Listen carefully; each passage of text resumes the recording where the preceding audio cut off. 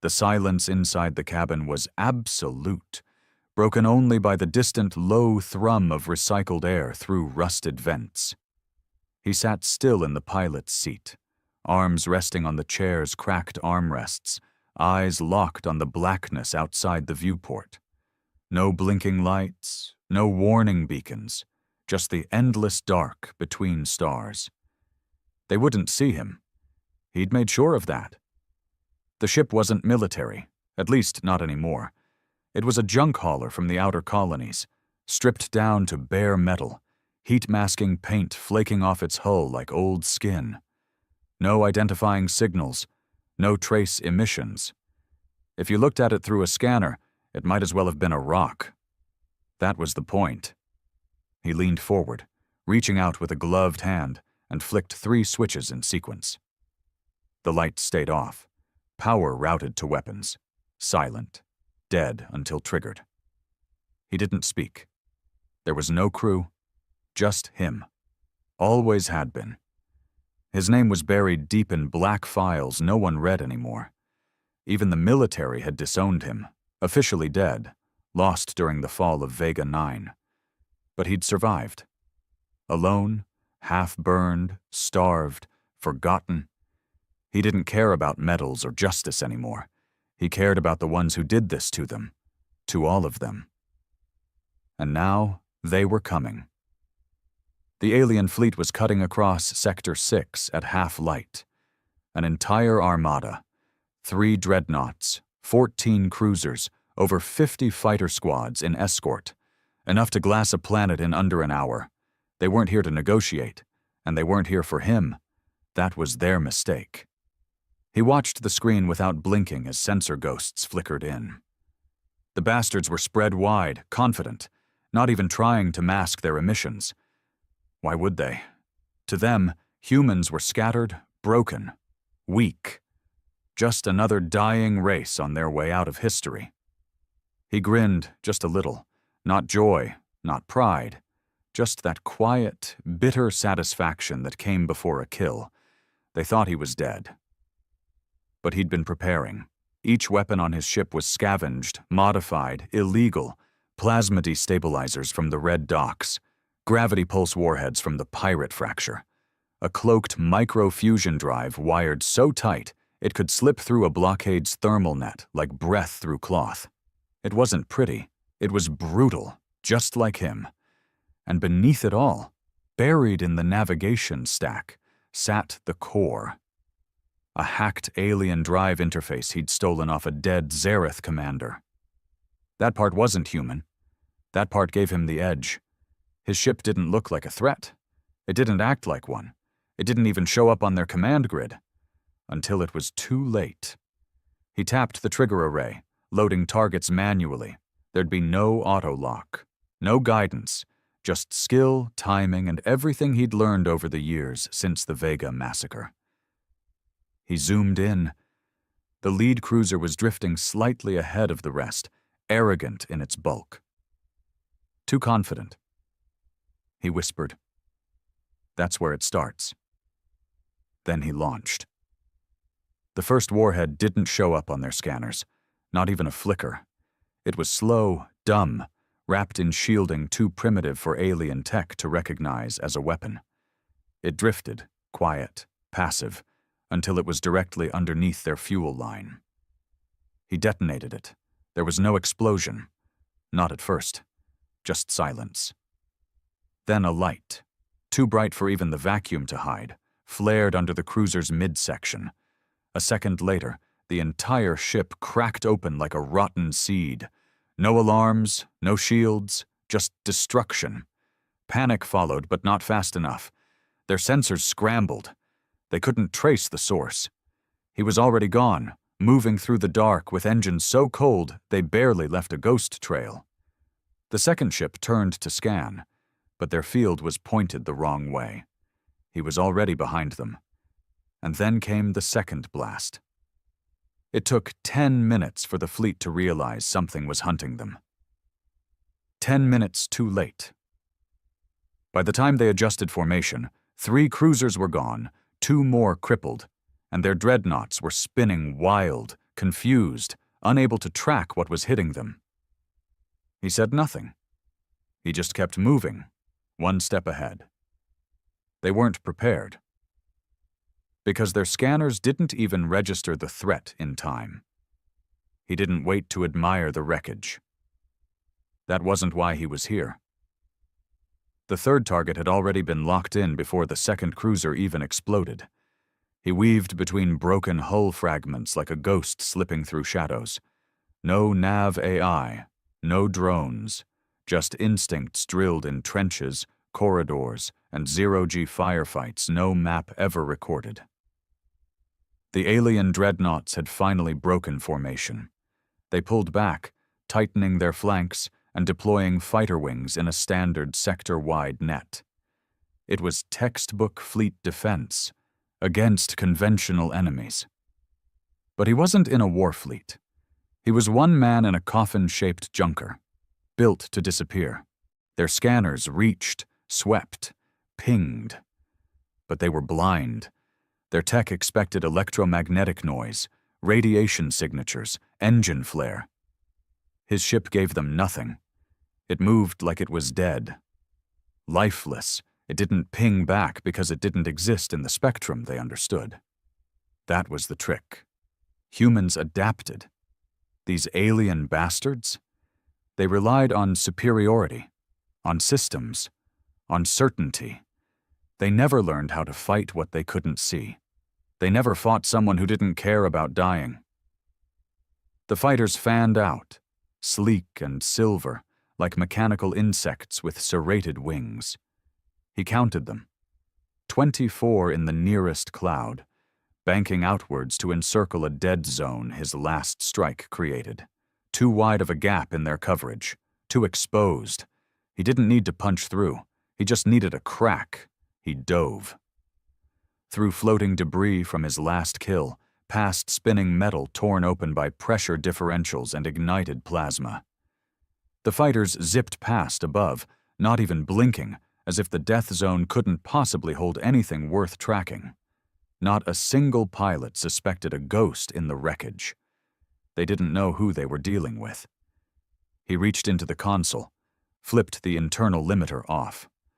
A warning light flickered, flashing a dull red that read, "Engine core stability critical." He ignored it. Numbers meant nothing if they didn't bleed. This wasn't a long war. This was his war. The core whined, the kind of low, sick growl that came before a beast lunged. He routed power straight into the impulse thrusters, not for speed, but for precision. He punched the manual controls. No nav system, just reflexes and memories of 1,000 dogfights. His ship angled like a knife through buttered glass. No arc, no drift, just a direct cut through space that no autopilot would dare attempt. The frame groaned, but it held. He came up under the last dreadnought, silent as death. Its underbelly was a cathedral of ports and sensor dishes, communications towers, heat exhausts, weak points, if you knew what to look for. He didn't fire. Not yet. He slid in closer, practically scraping the hull, the ship's nose barely 10 meters from the exterior maintenance plates. His ship's camouflage code was hardwired with alien signal bleed, hacked years ago from a patrol vessel he gutted in orbit over Terran Prime. It mimicked the dreadnought's own systems. To them, he was just background noise. They still hadn't seen him. He pulled the trigger. 4 small warheads jettisoned silently. No engine trail. They drifted like garbage, until their soft impact against the dreadnought's surface triggered the magnetic latches. They stuck. They didn't detonate. Not yet. He slid away, pulling back into the shadow cast by the ship's own bulk. And waited. The warheads weren't bombs, not in the traditional sense. They were breachers, spiked fusion penetrators meant to dig through external armor and rupture internal atmosphere pressure seals. But not all at once. First one activated, releasing a sonic pulse that echoed across the hull like a scream underwater. Then a second. The dreadnought's shields flared, too late. The third charge exploded internally, not a flash, not a blaze. A hole opened, and everything near it vented into space. Crew, equipment, fire. Silence followed it all. By the time the bridge noticed the breach, a full quarter of the dreadnought's underbelly was gone, and that was when he triggered the fourth warhead. The command array went offline in one deafening flash. Then chaos. The dreadnought's escorts scrambled, hailing each other in panic. Formation shattered. Fighters began searching in tighter patterns, now erratic and aggressive. They still didn't know what they were hunting. He drifted back into the debris field, using the broken hulls of dead cruisers as cover. This was how you hunted monsters. You let them bleed first. You made them fear shadows before showing your face. He docked in a dead cruiser's vent shaft. The hull breach he entered through was still glowing faintly from his earlier strike. He clambered out of the cockpit into cold silence. His boots clanked against steel as he stepped into the wreck. The inside was carnage. Burned consoles, twisted corridors, blackened control nodes. The scent of scorched insulation still lingered even in vacuum. No bodies.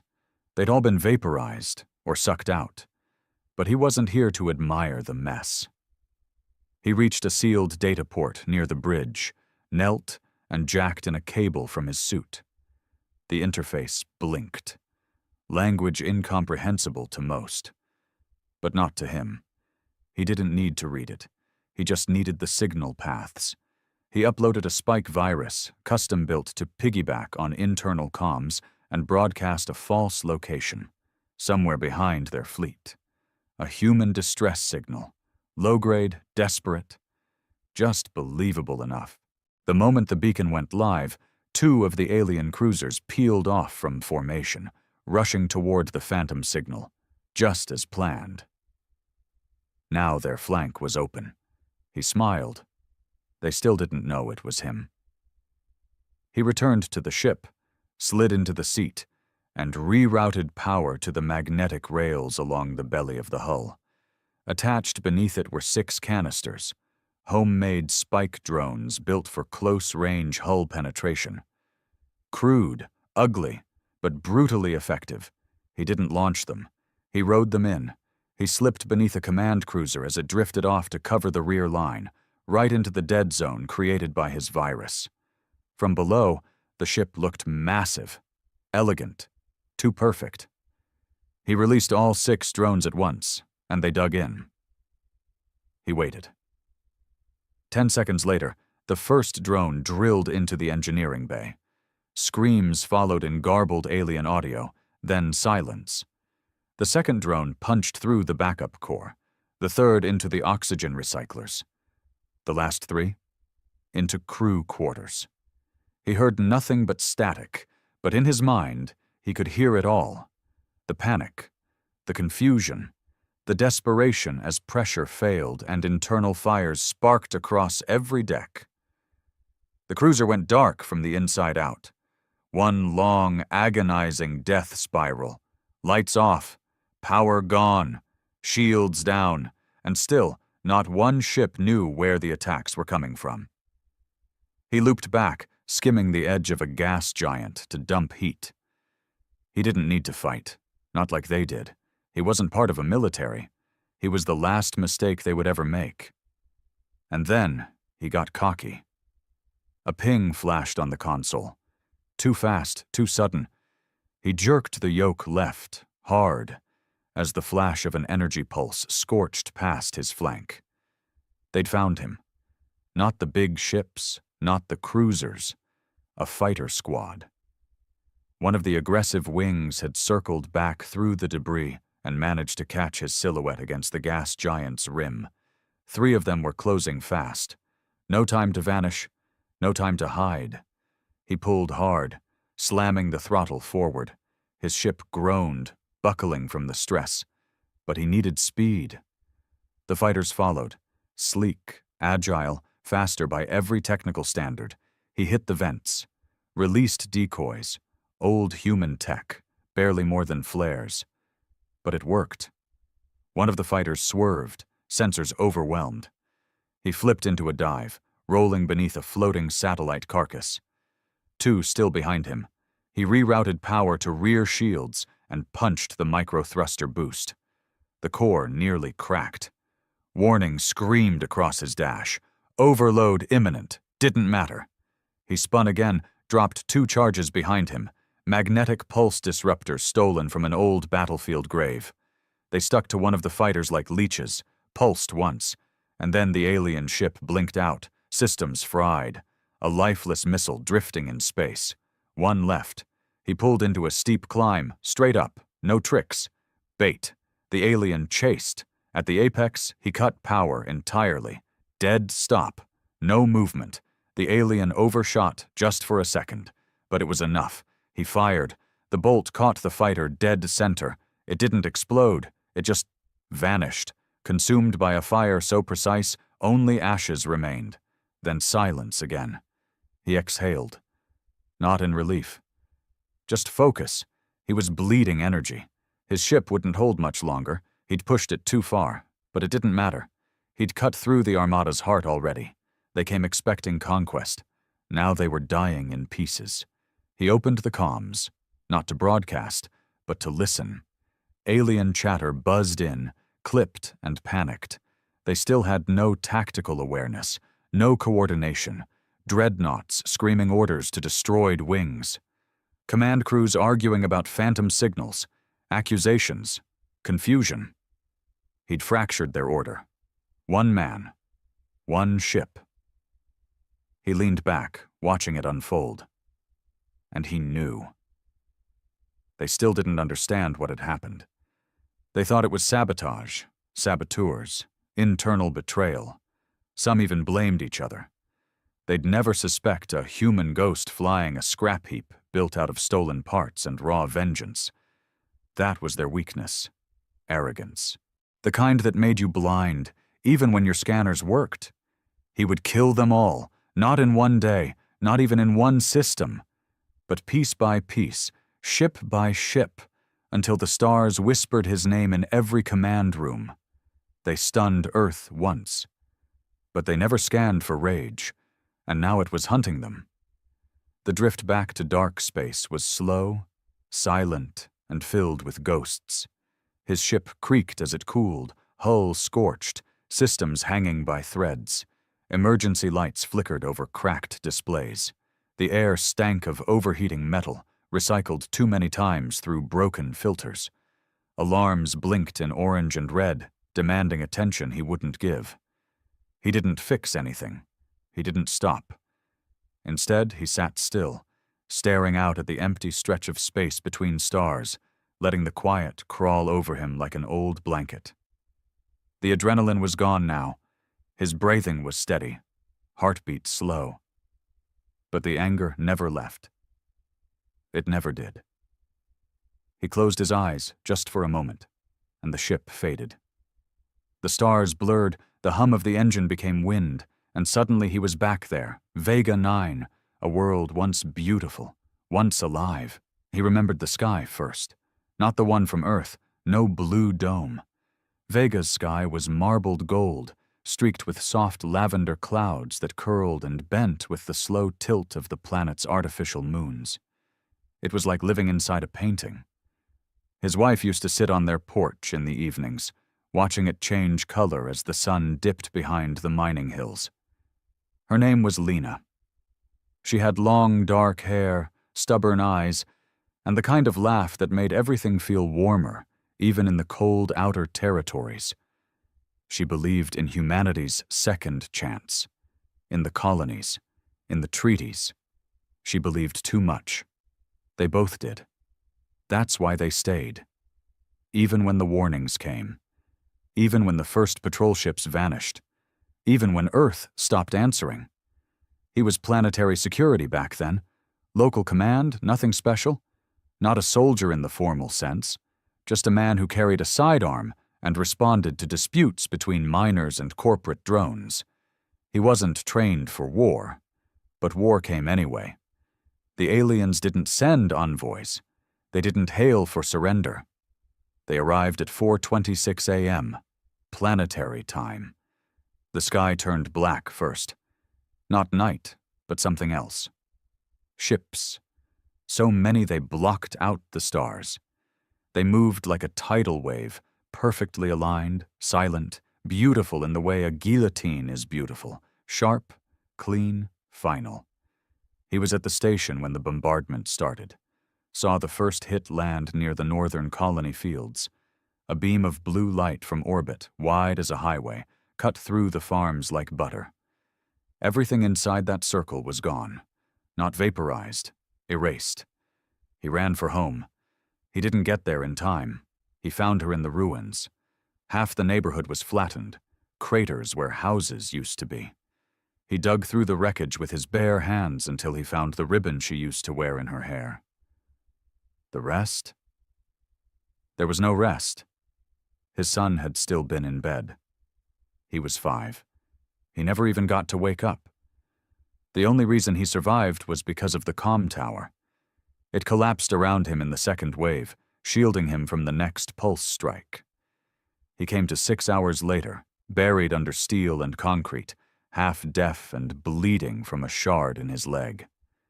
By the time he crawled out, the aliens were gone. Just like that. They never landed. Never took territory. Never sent a message. They didn't need to. They didn't want conquest. They wanted fear. To teach humans what happened when they stepped too far out into the stars. Vega 9 had been a warning shot. And Earth didn't even flinch. The central governments claimed it was unconfirmed. They never retaliated. Never even publicly acknowledged the loss. Just another distant rock filled with nameless colonists too far from Sol to matter. That was the moment he died. The man who'd believed in peace, in diplomacy, in progress, that man died under Vega's sky, clutching a ribbon soaked in ash. The thing that walked out of that crater? That thing only wanted one thing: vengeance. He didn't return to Earth. What would be the point? He would have disappeared into a report, maybe a prison cell if he said too much. They didn't want survivors. Survivors meant accountability. So he scavenged. He moved from wreck to wreck, digging through the ruins of abandoned stations, selling what little he had, trading favors for parts, information, access. It took him 7 years to build the ship. Every bolt meant something. Every weapon had a name. Every patch of scorched armor carried the memory of someone who'd died under that sky.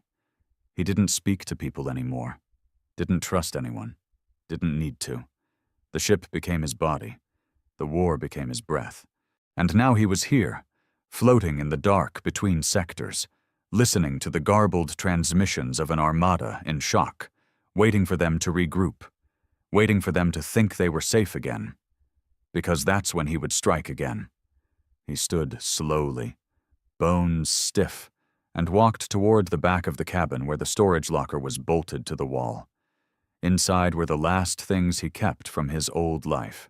Not photos, not weapons, just a data pad. Burnt edges, cracked screen. Still worked. He powered it on and pulled up a single file. A message Lena had sent him years ago before the skies turned black. It wasn't long, just a clip of her and their son sitting on the porch. She waved. The boy smiled. "Come home early tonight," she'd said, brushing the hair out of her eyes. "He wants to see the moon's rise with you." He watched it in silence. The pad powered off on its own. Battery nearly dead. He put it back in the locker and sealed it. The ship beeped twice. Proximity alert. He returned to the console, eyes sharp again. A scout vessel. Alone. Probably investigating the signal noise from the earlier fight. Stupid. He ran the numbers. Small ship, fast, lightly armored, likely unarmed. Didn't matter. He wasn't letting anyone leave this system alive. He powered up the railgun. The scout never saw it coming. One shot. Clean.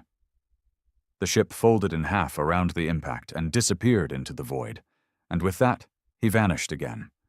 No trace, no signature, just the fear he left behind. He drifted once more into dark space, the quiet pulling at his mind like a slow undertow. Somewhere out there, the rest of the Armada was regrouping, building up their defenses, deploying more scouts, preparing for the next wave. They thought they were ready now. They thought they'd adjusted. They still didn't get it. He wasn't part of a military. He wasn't following orders. He was a wound in the galaxy. And he wasn't done bleeding yet. The Armada didn't sleep anymore. He'd taken that from them. They were still out there. Dozens of ships spanning half a sector, weaving in formation like a wounded animal circling its own blood. Every few minutes, another scout ship launched, probing debris fields, asteroid rings, and dead radio channels. He watched them from the black. Not close. Not yet. He wanted to see what fear looked like in a species that once thought itself untouchable. Inside the Dreadnought Command Center, they finally gave him a name. Not a human name, but one in their language, translated loosely to something like the Null Pattern. They didn't understand who or what he was. They just knew something was killing them without setting off alarms, without making a sound, without leaving a trace. Every species in the galactic order had their own word for terror. And now, the humans had gifted them a new one. He monitored their transmissions through a cracked translator rig bolted into his console. It buzzed and whined, constantly needing adjustments. The aliens used tri-frequency encryption, modulating speech across shifting neural tones. But he was fluent now, not in the words, in the fear behind them. Third cruiser lost, same pattern, internal breach, no exterior contact. We've confirmed it's not an automated mine system. No energy trail, no hypersignature. Biological origin is likely, possible human rogue. He leaned back in his seat and let the transmission roll. His hand hovered over a control switch, twitching slightly. The last time it twitched like that, 3 ships died. He listened. Command has authorized the use of Scorched Zone Protocol. All uninhabited planetary bodies in the sector will be sterilized. He smiled bitterly. They were lashing out now, burning entire moons, wiping out mining colonies, glassing derelict stations, trying to cleanse the shadows. But you can't shoot what you don't see. He could feel their desperation tightening like a noose. They were running out of options. He'd become something they weren't built to fight, a threat beneath their threshold of understanding. He'd studied their species in fragments, a civilization obsessed with perfection, structure, hierarchy, everything automated, everything controlled, predictable. He was none of those things. He didn't strike based on logic. He struck based on feeling, fury, instinct. And that's what made him impossible to track. Every time they ran an analysis on his attacks, the data gave them nothing. It didn't align with known weapons signatures, didn't follow standard military strategies. Because he wasn't a strategist. He was a ghost with a grudge, and he was about to make it worse. A new ship had entered the system. He picked it up on his passive sensors, smaller than the dreadnoughts but more heavily shielded, moving with purpose. An interrogator-class vessel. He'd seen one before.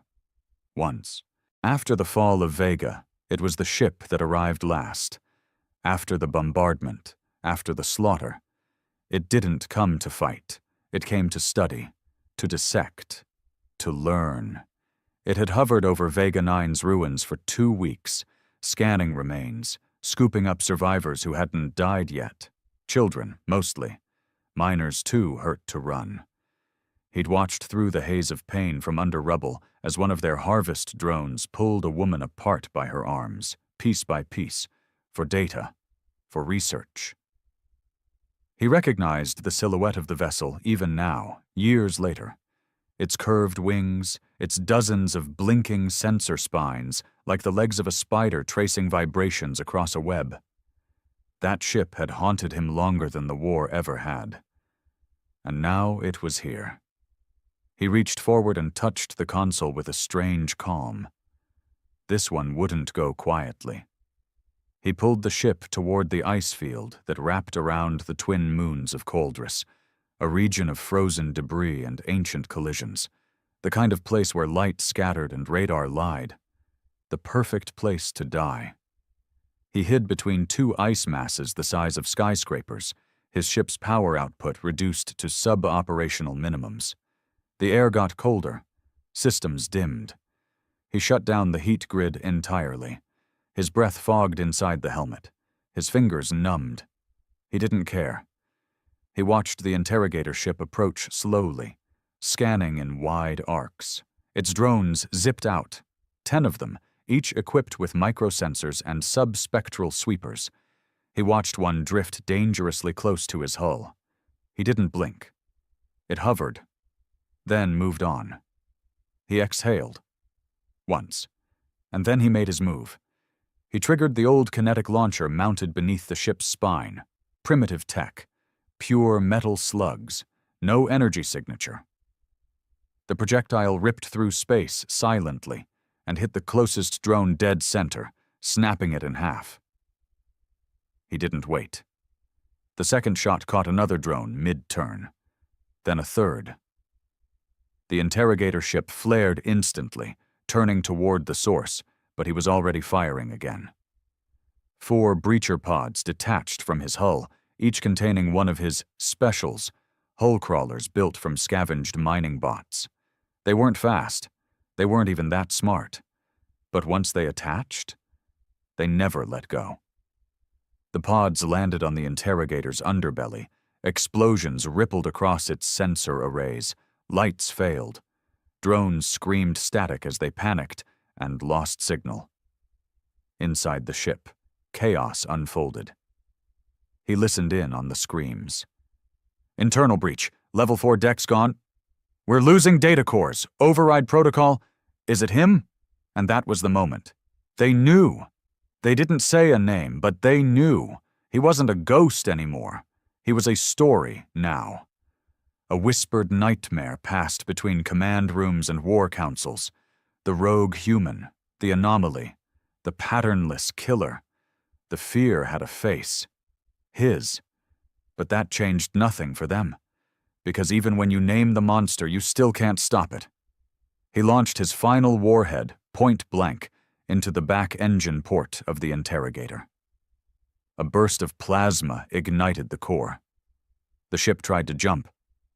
He saw the prep cycle light up, but it never finished. The drive cracked in half. The ship folded backward, imploding as its own field turned inside out. Gone. He drifted away as the ice field lit up with fragments of alien metal, and just like that, the thing that had dissected his people was dust. He leaned back, breathing heavy. The cold was biting now. His fingertips were shaking. Blood from a burst nose vessel tickled his lip.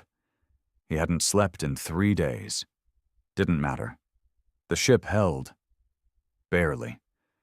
He reached for the comms panel, not to listen, but to speak. He'd never spoken to them before. But now they'd earned it. He patched into their open frequencies. He knew they were listening. The aliens always listened. He spoke slowly, voice rough. You took Vega. You thought no one survived. You thought humans would stay broken. You thought wrong. He paused. Let the silence hit like thunder, then. I'm not here for peace. I'm not here for surrender. I'm here to return the favor. He cut the line. No reply. Just static. But somewhere out there, in every ship, in every command center, in every drone fleet hovering near the stars, they heard him. And for the first time, they understood. This wasn't about resistance. This was personal. This was punishment. He leaned forward again, pulling up the star map. 2 more ships were moving toward the system now, likely reinforcements. It didn't matter. He wasn't done. He wouldn't stop.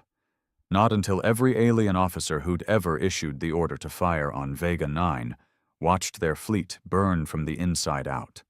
Not until his name made even the stars flinch. The Admiral's voice cracked. He was broadcasting over encrypted channels, but the tremble in his tone wasn't a glitch in the transmission. It was fear, raw and unfamiliar. All remaining squadrons are to regroup. No patrols, no solo flights, no signal broadcasts unless cleared by command. Repeat, the anomaly has claimed another command vessel. The anomaly. That was still what they called him. They couldn't bring themselves to say human. Not now. The transmission ended in silence. He smiled in the dark. The interrogator ship had been their last attempt at understanding. Their last effort to reduce him to data. Now they were out of tools and options. All that remained was superstition and paranoia. They weren't warriors, not really. Not in the way humans had learned to be. They fought for efficiency, for resources, for balance. He fought for the ones they erased. That difference was everything. He monitored their movements from deep within a decaying asteroid shell. His ship wedged into its cracked cavity like a tumor waiting to grow. The interior was lit only by dull emergency lights and the flickering haze of static on his console. 3 dreadnoughts had fallen back behind the primary gas giant. 5 cruisers remained in defensive orbit, forming a paranoid ring around their capital vessel. And the fighters? They were grounded. He'd forced them into a cage of their own making. He hadn't attacked in 4 days. Not a shot fired, not a breach deployed. And that terrified them more than the killing. Because now they were guessing. They launched drones to sweep empty wrecks. They fired blind into asteroid belts. They wasted fuel and munitions chasing shadows. Meanwhile, he just watched. Not because he was done, but because he wanted to see how they broke. He'd learned long ago, fear isn't just about death. It's about waiting for death. And they were waiting. He leaned forward, replaying an intercepted comm log. Why haven't we caught it? Because it doesn't act like anything we've faced. It doesn't use tactics. No, it does. Just not the kind we trained for. Another voice chimed in, softer, lower, more shaken. It hates us. Yes, he did. Not blindly, not senselessly, specifically. He hated the officers who gave the orders, the crews who cheered when Vega 9 was glassed, the interrogators who measured screams in decibels, the admirals who called it a successful operation. He didn't want to destroy their ships. He wanted to erase their legacy, one signature at a time. The first to crack was a mid-level cruiser captain named Zuthar. He'd been on the command roster during Vega, had personally overseen the post-strike sterilization protocol. After the interrogator ship vanished, he locked down his cruiser's core systems, isolated from the fleet net, and shut off external communication. He thought it would protect him. It didn't. The captain's cruiser disappeared from the fleet net 8 hours later. No explosion, no debris, just gone. In reality, the ship was still floating, half-lit and torn open, its hull breached at key intervals. He hadn't needed to destroy it, just cripple its life support, jam its escape pods, and shut down every door between the bridge and the hangars. Zuthar suffocated with his crew, clawing at sealed bulkheads. He listened to it, didn't enjoy it, but he needed it. He needed them to know that it wasn't over, that nothing about what happened on Vega had been forgiven.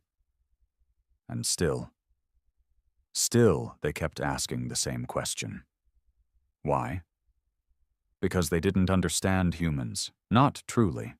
They thought they did. They studied them, dissected them, evaluated their history. But everything they learned was filtered through a lens of superiority. They saw humans as primitive, emotional, short-lived. But they never grasped the most important part. Humans remember, not just facts or names. They remember pain. Loss doesn't fade in human hearts. It hardens, it sharpens. It grows claws and waits in the dark until the day it tears free and takes everything with it. He stood in the center of his ship's corridor now, armored up and silent, staring down at a modified breacher charge he was prepping for the next strike. This one wasn't for random destruction. This one had a message. He engraved the casing by hand, using a short-blade utility tool. Each line jagged, imperfect, just like the world they shattered. When he was done, the alien characters were clear. Vega remembers.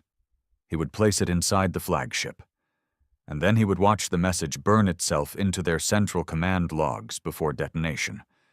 But to plant it, he had to get aboard. He knew the schedule.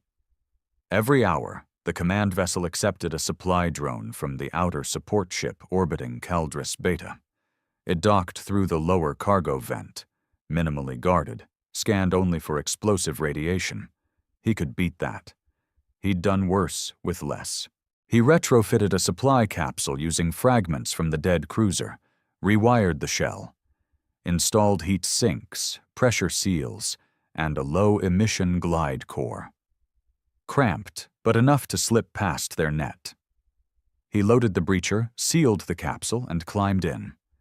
No ceremony, no last words, just the hiss of hydraulic locks and the long silence of space pressing in. He drifted for 9 hours. Every second he was inches from exposure. No shielding, no heat, just darkness and memory. He used the time to think. Not of the fleet, not of tactics, but of Lena, of their son. He saw them in the curve of Vega's sky, in the firelight on their porch, in the sound of his boy laughing with juice on his face. He let that image sit in his chest like iron. It didn't bring peace. It brought purpose.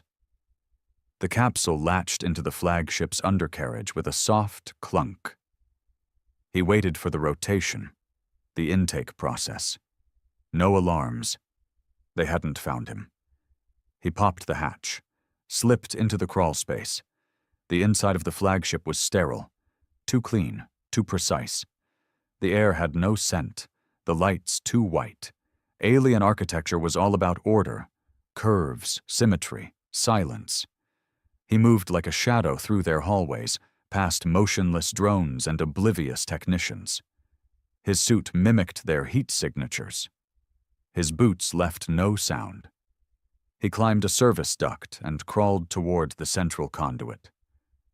20 meters from the core, he paused. Below him, through the vent, stood a war council. 6 alien officers in command robes, staring at a holomap filled with red markers. They were talking about him.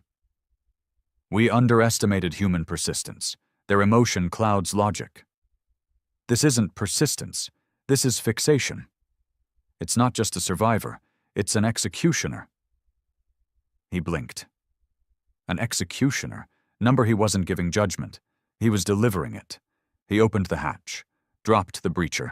It landed in the middle of their table. They froze. He didn't speak. He just watched their eyes widen as the engraving lit up in red. Vega remembers. Then he ran. No time for combat. The detonation would be small, localized, meant to cripple their command room, not destroy the ship. But it would send a signal, not just to them, to every listening ship, every coward still hiding in orbit. He had been here. He had looked them in the eyes. And he had walked away. The explosion rocked the vessel. He burst out through the emergency vent shaft and launched a tether to his ship, waiting cloaked in the debris field. The fleet lit up in response. Panic, confusion, orders shouted without structure. Too late. He was already gone.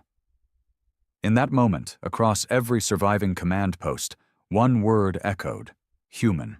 Not anomaly, not pattern. human, and they finally understood. This wasn't a glitch in their scans. It was a man, and he wasn't finished. The fleet stopped running. After the flagship breach, they'd had enough of fear, enough of hiding, enough of losing, and fear turned to rage. They changed formation completely. No more scattered cruisers or lone scout wings.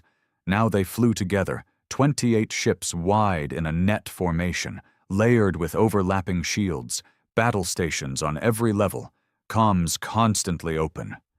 They weren't waiting for the next attack. They were daring it. At the center of this wall sat the Juggernaut, a siege-class dreadnought they'd pulled from deep reserve. 4 times the size of any other vessel in their fleet, wrapped in alloy thicker than orbital bunkers, armed with plasma cannons capable of ripping moons apart. It hadn't seen combat in nearly 100 years. They called it the Answer. And to them, it was. To him, it was just another tomb waiting to be sealed. But he didn't rush in. He studied it for days, cloaked in the gas trails of a shattered comet. Watched their patrol routes, their scanner intervals, their new tactics. They weren't reckless anymore. They'd adapted. That made them more dangerous. It also made them predictable. Because when your strategy is fear of the unknown, you start trying to control everything. And when you control everything, you lock yourself into patterns. And he knew how to break patterns. But this time, it wasn't going to be one man against an armada. Not anymore. Because finally, after years in the dark, a signal reached him. It crackled through his busted comms panel, barely audible, slicing through layers of static and encrypted garbage. But he caught it. A voice. A woman's. Sharp. Steady. Human.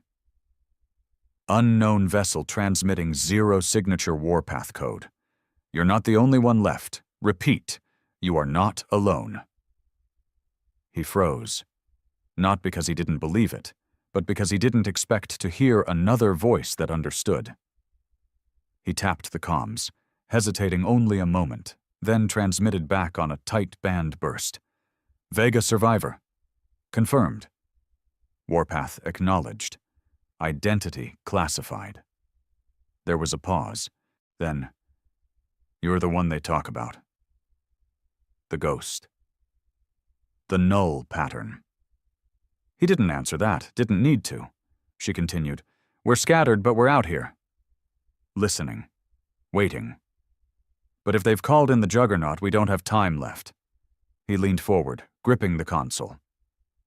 "How many are we talking?" "Enough."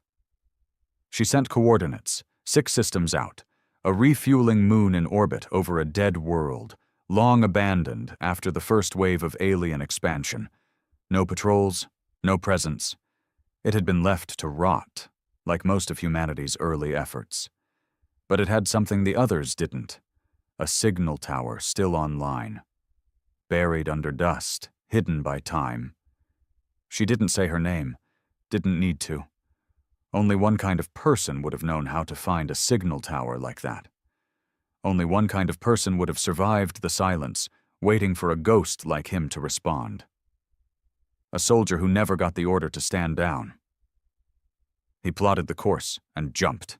The warp field snapped around his ship, dragging it through the fabric of space like a blade through skin.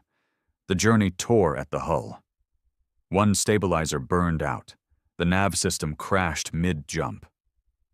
Didn't matter. He arrived. The moon was little more than rock and ice. The base was buried so deep it didn't even show up on first scans.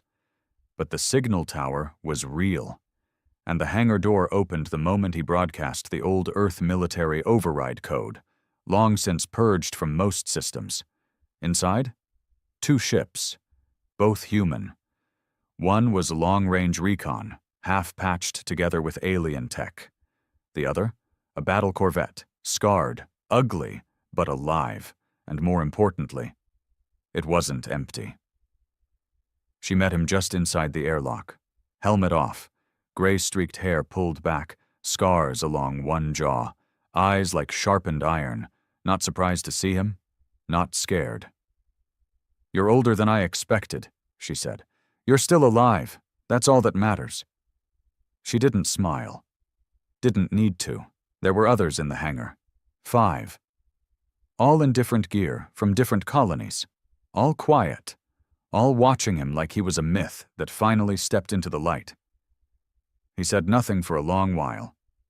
Then, "We take the Juggernaut together." Her head tilted. "You got a plan?" "Not yet," she smirked. "Good. Plans get in the way." They started prepping. 3 hours later, the War Council aboard the alien flagship received a message. A voice, human, clear, director. "We're not anomalies. We're not patterns. We're the part you missed. And we're coming." The signal originated from 6 different systems simultaneously. A ghost broadcast, designed to confuse, designed to remind them. This wasn't just one man anymore. The virus had spread. They tried to shut down external comms. Too late. The Juggernaut repositioned its flanks, triple layering shields, activating its long-range scanners. Still couldn't find them. Then the lights on Deck 3 went out. No explosions. No hull breaches. Just darkness. And one by one, entire subsections of the fleet began to go silent. Not dead. Not destroyed. Just cut off. Isolated. The first attack didn't come from outside. It came from within. Hidden relays inside 2 of the older alien cruisers had been hacked years ago. Hardware viruses buried during salvage ops. Back when humanity was still pretending to play by the rules. Now those relays lit up and turned against their hosts. Entire propulsion grids reversed. Life support rerouted to waste systems. Doors sealed. Cannons aimed at friendly vessels. By the time the command ship reacted, 3 cruisers were already firing on each other in confusion. The Juggernaut finally powered up its full targeting array. And then, he arrived. Out of the black. No fanfare. Just that same battered junker, moving faster than physics said it should. Every gun in the fleet turned toward him. He let them. Because while they were watching him, they weren't watching the others. The corvette broke in from below. Silent, masked in the debris of the cruisers he'd turned against them. The recon ship came from the far edge, spinning, spiraling, launching flares and scrap like chaff. And from the planet's surface, the signal tower activated, launching a coordinated jamming wave that tore through the fleet's command net like a blade through bone. Now they couldn't talk. Couldn't call for help. Couldn't even organize. All they could do was scream in static. The Juggernaut fired. A blast of searing light exploded out from its main cannon, wide, hot, violent. His ship took the hit, on purpose. The shields collapsed, the hull cracked, systems blew out in showers of sparks. He ejected just before the reactor ruptured, his escape pod spiraling into the broken flank of a disabled cruiser. And from inside that pod, he launched the final charge. A micro-warp tether locked onto the Juggernaut's core field matrix. The bomb didn't explode like a normal warhead. It folded. Space bent, twisted, and the Juggernaut's own warp core imploded inward, tearing through its frame like a fist through wet paper. No explosion, just silence, and then a vacuum where the most powerful ship in their fleet had once floated. He drifted in space, watching the shock ripple through the others. Half the remaining fleet jumped out. Cowards. The rest surrendered. Not formally, not with documents or flags. They just stopped moving, stopped fighting, stopped believing. He floated there, staring at the wreckage, not satisfied, not vindicated. Just done. And in that moment he realized something. It wasn't about making them fear him. It was about making them remember. Because if they remembered what humans could do when pushed far enough, they'd never forget again.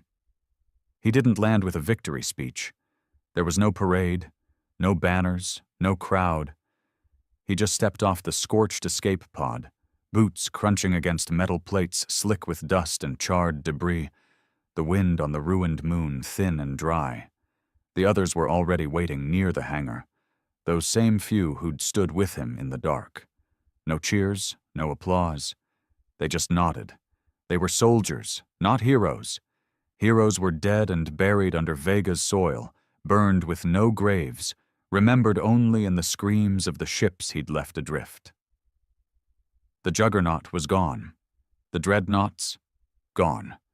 Half the fleet scattered to stars unknown. The war, at least this part, was over. But peace didn't come.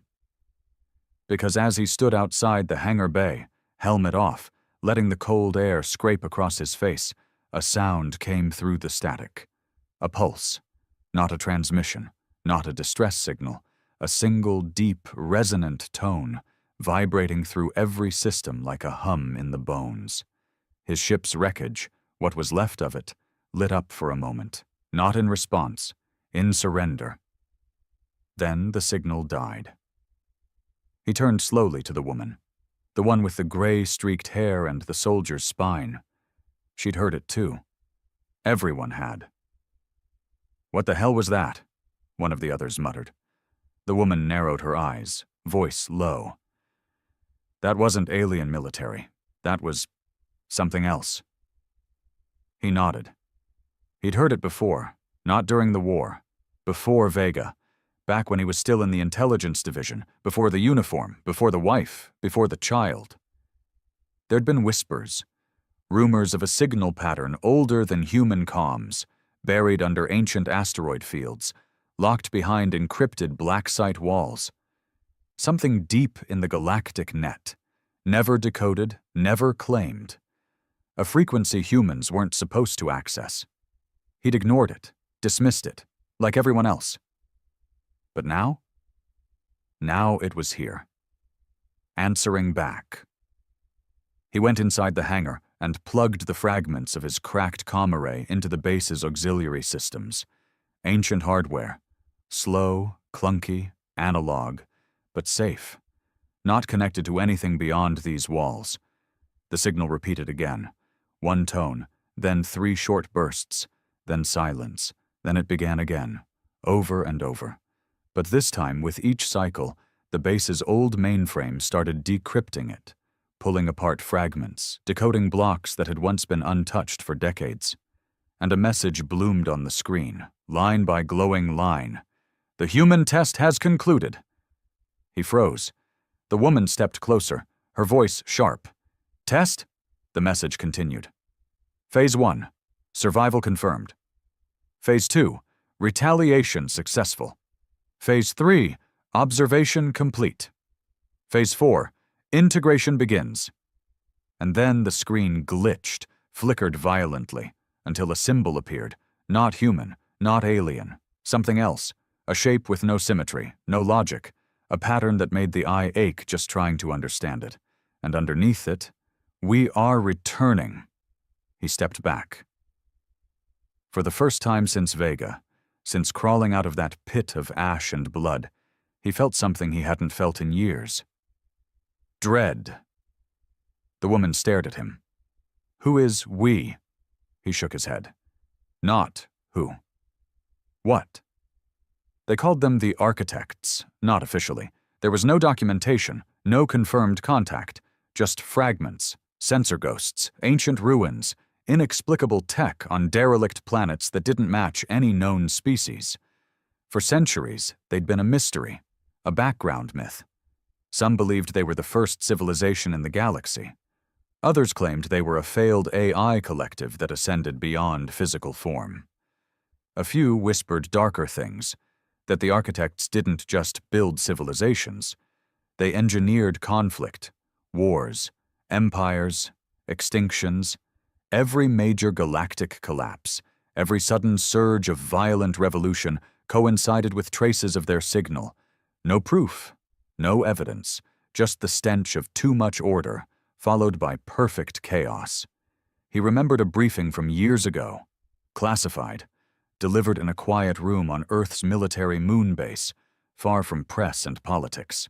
The man delivering it had called the architects the gardeners of entropy, planting seeds of war, watching civilizations bloom, decay, and die, for entertainment, for study, for control. And now, apparently, humanity had passed their test. He slammed a fist into the console, shattering the keypad. They let Vega burn.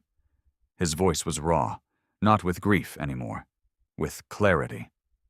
They stood back, watched, maybe even helped the aliens push us. The woman looked at the flickering screen, her jaw set. Why now? Why show themselves? He answered without hesitation. Because we proved something. We showed them what happens when you break us. That night, while the others tried to sleep in the old barracks, he sat outside the hangar, staring up at the stars. He didn't know where they were. Not exactly. The architects didn't need ships. They didn't move in fleets. They didn't invade. They emerged. From data, from thought, from broken systems and fractured networks, like mold in a cracked wall, growing where weakness was exposed. He realized, then, that the war with the alien fleet hadn't been a real war. It was a test environment, a simulation, to see what one human, a broken, half-dead man full of rage, could do when left with nothing but memory and hate. And he'd passed. They'd watched him crawl through fire, watched him kill without hesitation, watched him inspire others to do the same. And now? Now they wanted to integrate. He laughed, a cold, bitter sound that echoed across the rocks. Not happening. He wouldn't be their weapon, wouldn't be their example, wouldn't be their next pet project. But deep in his bones, he knew the choice might not be his anymore. Because the signal wasn't just for him. It had gone out across the entire sector. Every human installation, every old satellite, every half-dead AI core still clinging to life in the outer colonies. They all heard it. And some? Some would answer. Not everyone had held on to their hate like him. Some were hungry. Some wanted power. Some wanted revenge more than they wanted humanity.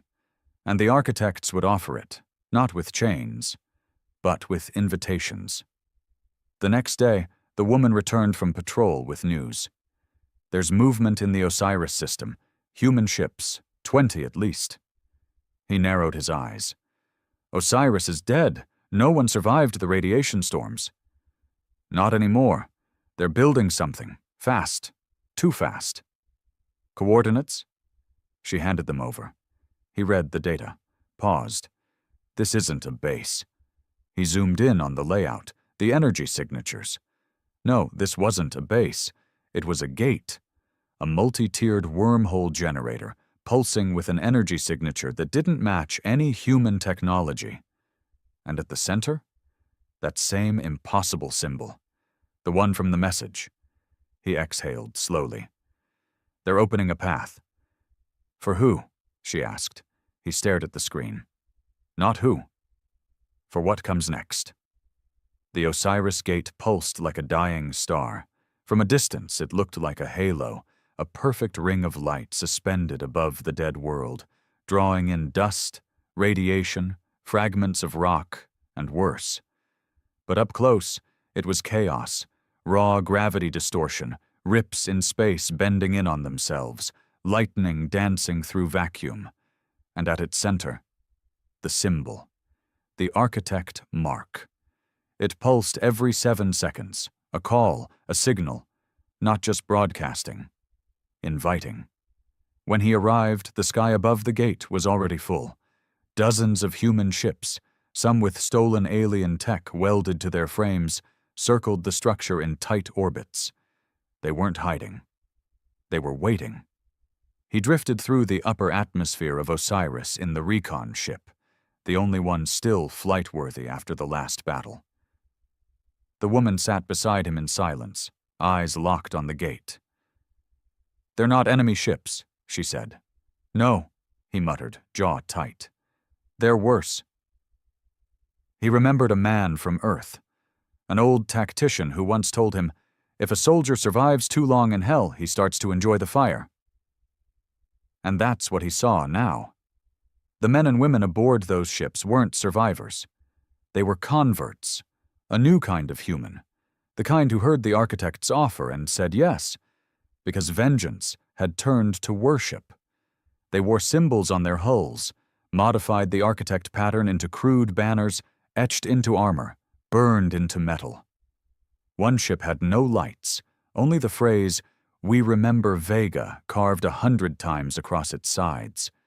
But this wasn't memory, it was madness. And at the center of it all, on the Osiris Gate's control spire, stood the man in charge. A face from deep files. Once a scientist, a theoretician, presumed dead after Earth's AI ban collapsed in the inner colonies. Now, he called himself the Herald, and he was transmitting, not to them, to the architects. The time has come, the gate is aligned, the failed flesh of old Earth stands ready to evolve. The woman cursed. He's opening it. He's actually doing it. Not if I stop him, the man growled, setting a course. But she reached for his arm. Think. He's not alone. That fleet's not rogue. They believe. Then I'll kill every one of them. And become what? A savior? Or the final executioner? He didn't answer. Because he already knew the truth. He wasn't a hero. He never was. He was just the last piece of a machine built out of rage and ash. And that machine was now being rebuilt by people who no longer saw the difference between justice and annihilation. He landed on the surface of Osiris under cloak. The air was thin, barely breathable. The landscape was cracked and scorched from decades of radiation storms. But the tower still stood, massive, ancient, and unmistakably architect. It hadn't been built. It had grown, like bone, like coral. It pulsed with a rhythm that wasn't sound, more like pressure, a vibration in the chest, in the blood. The closer he got, the harder it was to think. Memories surfaced uninvited. His son's voice, his wife's smile, the sound of fire cracking through wood. Not real. The architects were inside him. Testing. Pushing. He pressed forward. Through the inner corridor, guarded by humans with hollow eyes and too wide grins. They didn't stop him. They recognized him. And they wanted him there. He reached the spire just as the herald stepped onto the platform. Above them, the gate opened. Not fast, but wide. Inside it, there was no space, no stars, just light, and shadows moving inside it. Not ships, forms. The herald raised his hands. We have built the knife, and now the hand comes to claim it.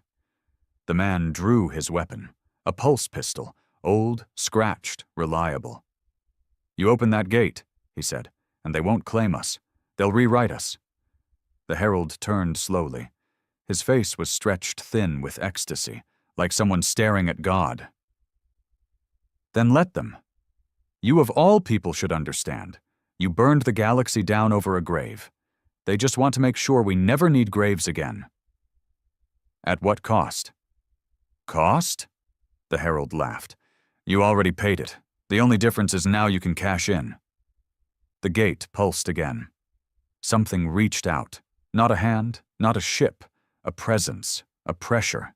He could feel it in his mind, a question. Will you serve? And for 1 second, he wanted to say yes. Because what came after vengeance? What was left, really? The war was over. The enemy defeated. But the pain hadn't gone. It never would. But then he saw the face of the herald again. The same twisted smile as those who'd bombed Vega from the sky. Not out of hate, not out of duty, but because they could. And suddenly he knew. This gate wasn't an answer. It was a mirror. A mirror held up to humanity, asking, what are you when everything's gone? And he knew what he wanted the answer to be. He fired. The first bolt hit the herald in the throat, the second in the chest, the third through the head. He fell backward into the light, screaming praise as he vanished. The tower screamed, not sound, not vibration, denial. The architects reached out to him again, not with words, but with memory. They showed him his son, alive, smiling. They showed him Vega, unburned. They showed him Lena, arms wide, waiting. He dropped to one knee, pain ripping through his skull. "Join us. You've earned peace." And he said the only thing he had left. "I don't want peace. I want you to feel what we felt." And he jammed the breacher core into the spire's console. A stolen alien virus, rewritten, humanized, angry, the same one he'd used to blind dreadnoughts, now injected into the heart of something far older, far more intelligent. The tower convulsed, the gate shuddered, the light turned black, the presence screamed, and then it ended. The gate folded inward, the sky cracked like glass, and silence fell, real silence, not tactical, not temporary, just quiet. He staggered out of the wreckage, bleeding, burned, barely alive. The woman and the others were waiting near the recon ship. "You shut it," she said. He didn't speak. "They'll come back," he nodded. "Then we'll be ready." She looked at him for a long time. "You could have had anything in there, couldn't you? They would have given you your family back." He turned his face away. "I didn't want an illusion." "Then what did you want?" He looked up at the broken sky. A choice. The architects didn't die. You can't kill ideas, but that day they learned something. Humans don't break the way other species do.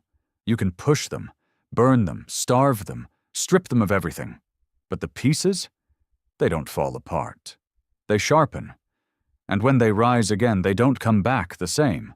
They come back ready. The man who once hunted an armada disappeared after Osiris. Some say he died in the blast. Some say he became part of something bigger, a network, a warning.